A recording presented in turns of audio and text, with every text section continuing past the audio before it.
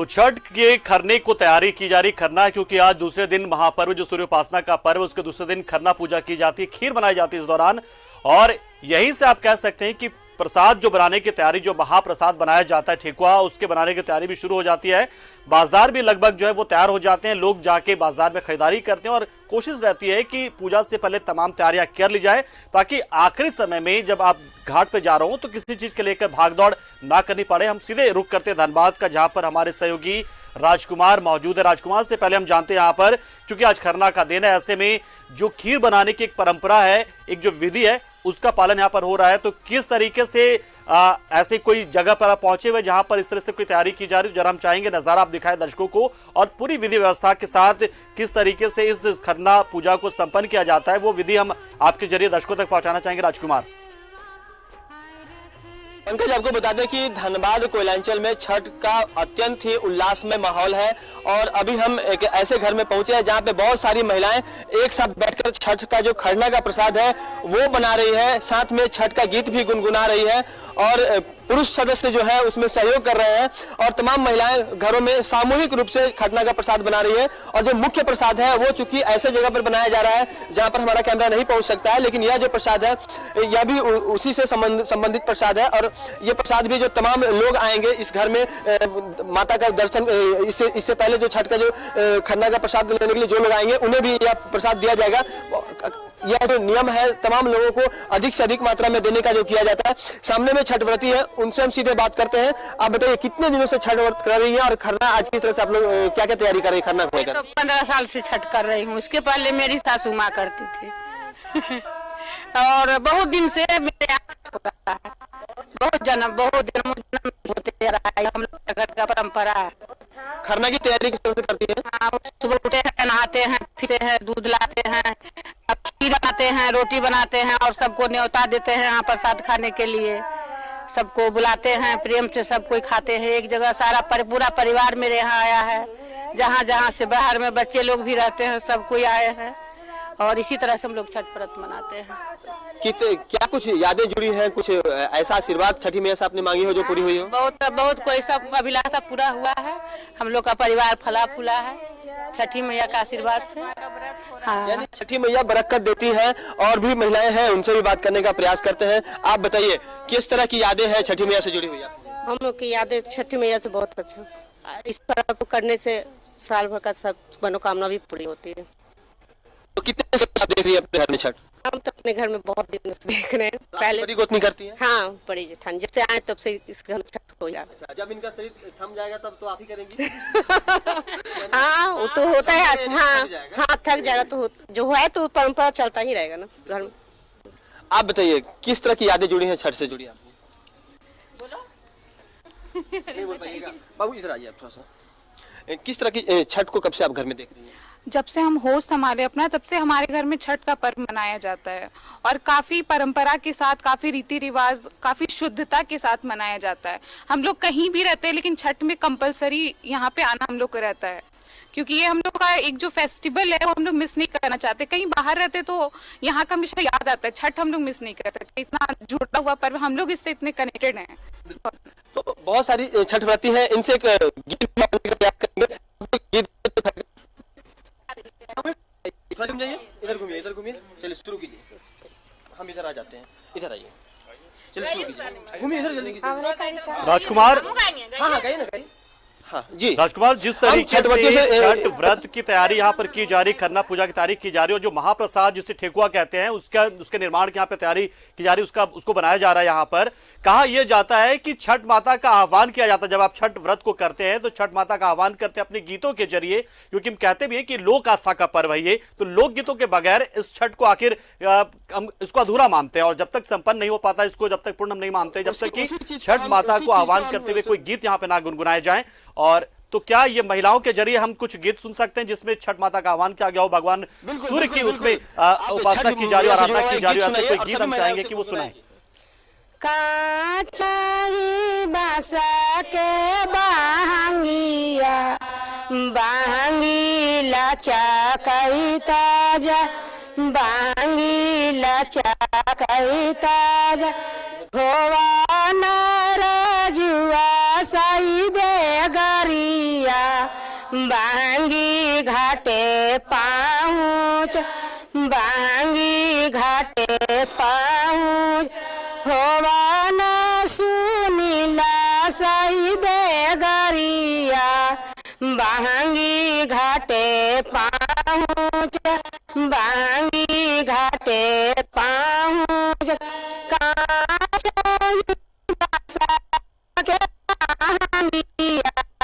बांगी लचा कही ताज बांगी लचा कही ताज होवा न पपुआ सही बेगरिया बांगी घाटे पहुँच बांगी घाटे पहुँच।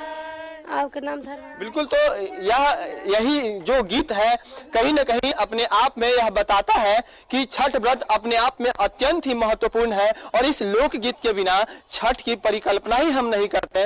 और जब हमारे घरों की माताएं जुटती हैं, बहनें जुटती हैं और सभी जब एक समूह में आती हैं और छठ का प्रसाद बनाते हुए, खासकर अभी जब खरना का प्रसाद बनाते हुए इस गीत को गुनगुना रही हैं, तो जो पूरी की पूरी जो माहौल है भक्तिमय हो चुकी है। और कहीं न कहीं धन्यवाद कोयलांचल में जिस तरह से आप यहाँ पर बने रहिए, हम आएंगे आपसे और फिर से कोशिश करेंगे कि हम छठ व्रतियों से बातचीत कर पाए और हम जान पाए कि किस तरीके से छठ की तैयारी की जा रही है, प्रसाद कैसे बनता है और कैसे वो अध्यात्म में डूब जाती है, कैसे प्रकृति के साथ खुद को आप एक साथ करते हैं, खुद का प्रकृति के साथ इंसान का मिलन होता है कहीं ना कहीं इस पर्व त्योहार पर।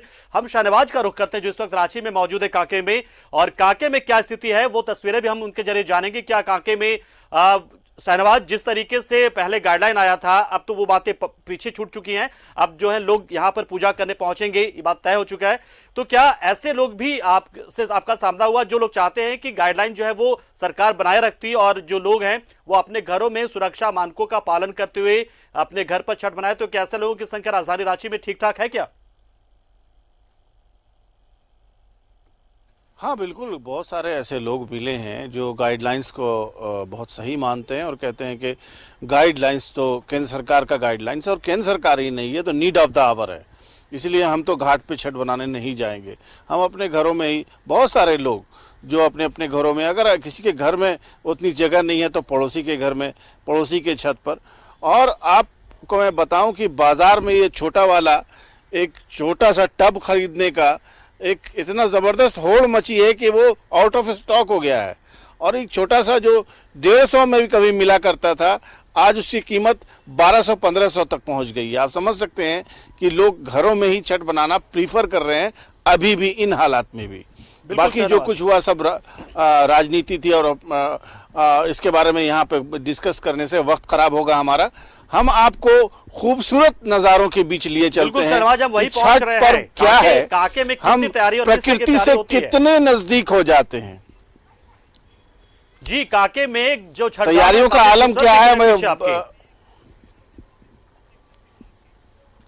आप मुझे वक्त दे, मैं बताता हूं कि आपको मैं क्या दिखा रहा हूं। आप देखें कितना खूबसूरत लंबा चौड़ा घाट है और घाट पे अभी भी कुछ परिवार मौजूद हैं, स्नान कर रहे हैं, पूजा कर रहे हैं। ये वो लोग हैं जो व्रत में हैं, शायद वो आपको दिखाई दे रहे होंगे। यहाँ पर थोड़ी दूरी है लेकिन आप फिर भी देख सकते हैं कि महिलाएं सूर्यदेव को प्रणाम कर रही हैं और कुछ लोगों ने स्नान किया है अभी। और जो सीढ़ियां हैं बहुत ही साफ सुथरी कर दी गई हैं, नगर निगम ने लगातार इसमें सफाई का इंतजाम किया है। और रहा सवाल सेफ्टी का, तो सेफ्टी के लिए भी रेलिंग्स आपको लगाए हुए दिखाई दे रहे होंगे। ये रेलिंग्स हैं, जो महिला आपको दिखाई दे रही हैं वो बैठ रही हैं, वो इस वक्त तो पूजा की बिल्कुल प्रक्रिया में है। और आपको एक नहीं कई महिलाएं दिखाई दे रही होंगी वहां पर। और उन्हीं के आगे आप देखें तो सेफ्टी के लिए रेलिंग्स लगी हुई हैं, बाकायदा जालियां लगी हुई हैं। ये डिमार्केशन है पंकज कि इससे आगे नहीं जाएं, इससे आगे जाने में खतरा है। बहुत ही विशाल जलाशय है ये कांके का, और इस वक्त अगर हम सूर्यदेव के दर्शन न कराएं आपको तो ये बहुत ही बेइंसाफी होगी। बहुत ही खूबसूरत दृश्य हमारे सहयोगी कैमरामैन कौशल अपने कौशल से आपको दिखा रहे हैं। आप देखिए खूबसूरती की इंतहा यहाँ पे दिखाई देती है। और ये जो सूरज की रोशनी पानी पे पड़ रही है तो किस तरह का नज़ारा उभर रहा है। आप कल्पना करें कि अगर परसों शाम में इस तरह की जो नज़ारे में भीड़ कितनी होगी, क्योंकि भीड़ का शब्द यहाँ पर बिल्कुल प्रॉपर ठीक नहीं होगा इस्तेमाल करना, क्योंकि संयम के साथ लोग आएंगे। लोगों को पता है कि सरकार ने छूट दी है, लेकिन सेहत उनकी है, ज़िंदगी उनकी है, परिवार उनका है।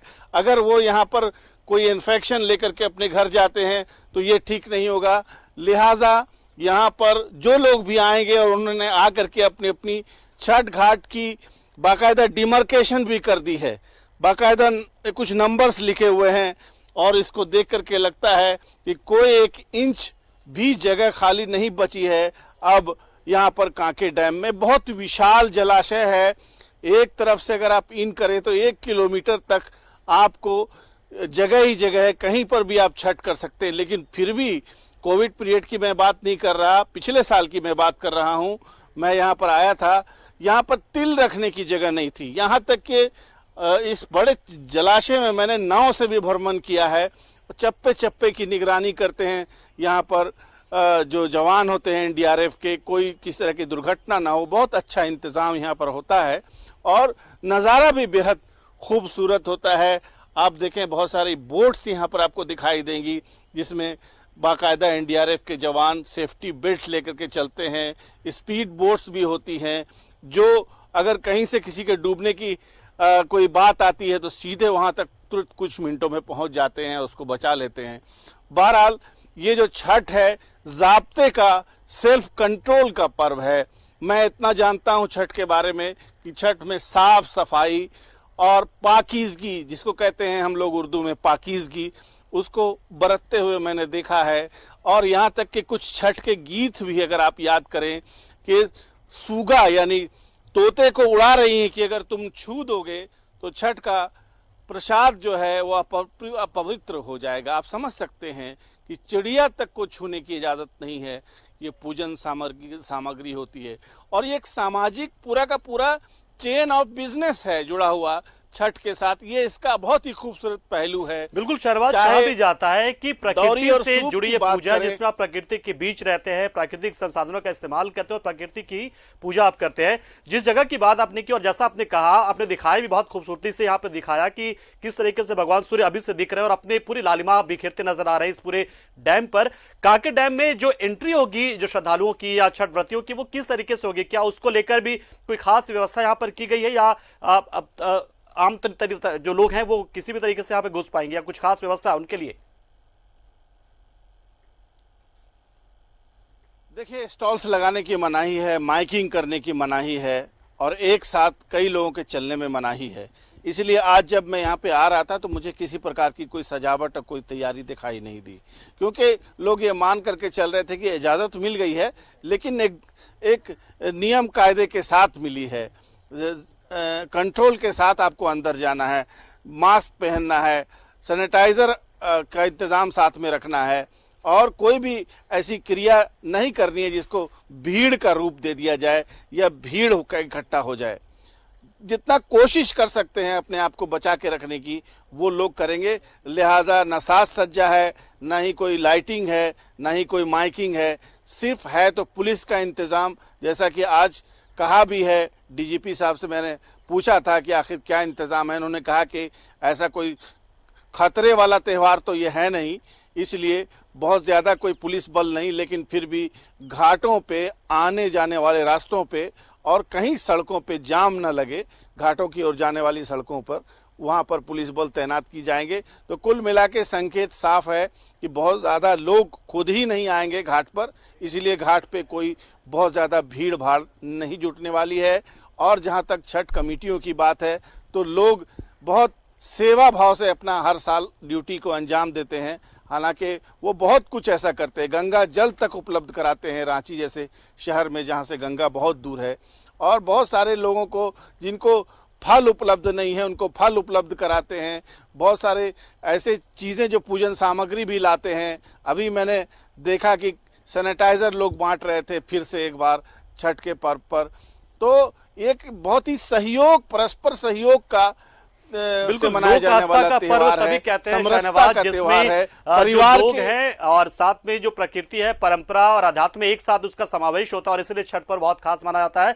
और आपने तफसील से कांके डैम से तस्वीरें दिखाई, हम तक बहुत खूबसूरत तस्वीरें थी, साथ ही व्यवस्था किस तरीके से प्रशासन की तरफ से वो भी आपने दिखाई। बहुत बहुत शुक्रिया आपका शहनवाज हमारे साथ जुड़ने के लिए। तो बता दें आपको कि राजकुमार भी हमारे साथ जुड़े थे। राजकुमार, आपको भी बहुत बहुत शुक्रिया, क्योंकि समय की सीमा हमारे पास जो है वो होती है, पता ही आप लोगों को, और इस वजह से हम बहुत ज्यादा जानकारी फिलहाल नहीं दे पाएंगे। लेकिन आप बने रहिए वहां पर और देखते रहिए, जो भी नए अपडेट होंगे या कुछ नई खूबसूरत तस्वीरें छठ से जुड़ी आएंगे आपके पास, वो जरूर हम तक पहुंचाते रहिएगा। आप दोनों का बहुत बहुत शुक्रिया। और फिलहाल इस बुलेटिन को यहीं रोकते हैं, लेकिन खबरों का सिलसिला न्यूज़ 11 भारत पर आगे भी जारी रहेगा। नमस्कार।